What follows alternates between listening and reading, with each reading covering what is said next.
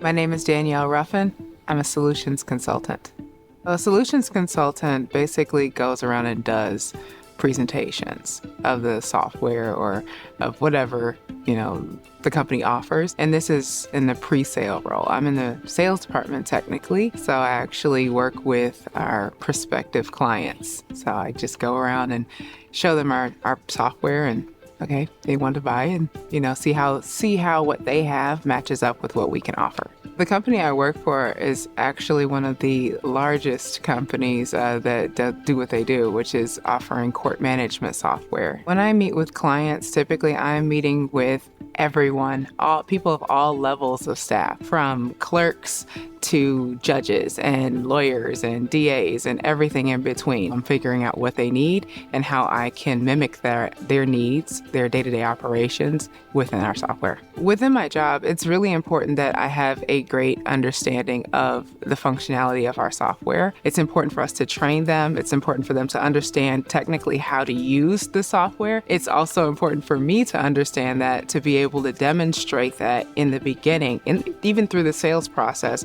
that we indeed can meet their needs. The most challenging aspect of what I do is honestly keeping up with the tech. It's kind of had several generations of life, and all of those generations have been worked on by different developers and different people who've had input. On top of that, it's always changing. It's always improving. Now we're, in the 21st century, we're looking at AI, and that's a whole different iteration. It's obviously a big departure from the programming that we've had in the past. So it's constantly learning, but that's the challenge is also, to me, the beauty of it. It's what I like about it.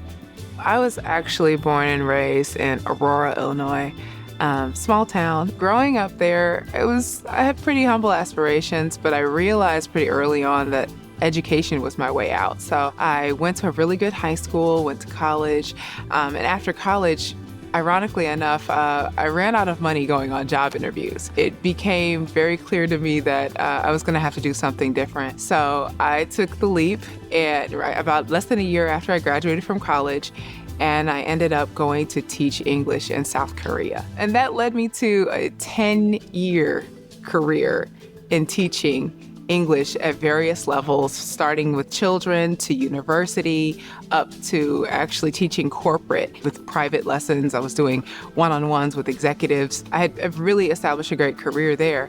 But I decided to repatriate back to America after a decade of, teaching English essentially at a very high level. And believe it or not, my skills as an English teacher were not as valuable in the US.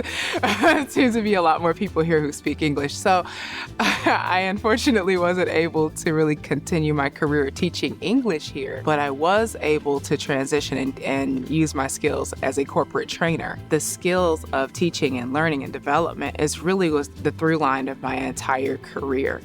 When I decided to look at tech, it was really not just for the compensation, but I realized that it was also the future. But when I started looking at the actual roles, I was a little intimidated at first. Many of the roles require really deep technical knowledge, being able to code or develop, and I didn't know how to do that. Those are not my transferable skills. I was really, really surprised to find that there were actually options for people like myself who do not have a deep tech background. I'm not a developer. I'm not a coder. I don't know how to write any code, but I found that there were several different options in not just tech companies, but also supporting people within tech that I was actually qualified for.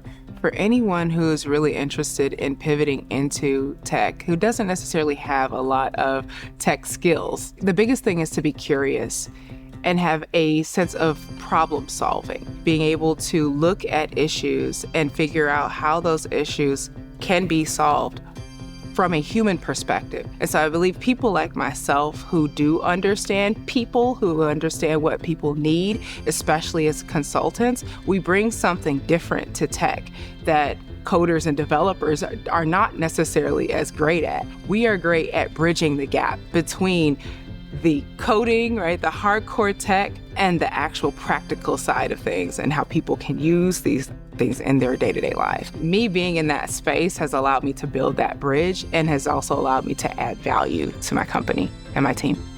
If I was speaking to anyone who was thinking about making a career change in tech or anywhere, going in any direction, I would first say to truly take inventory of what it is you need in a career. And I think that's different at every stage of life. Some of us need more flexibility. Some of us need more money.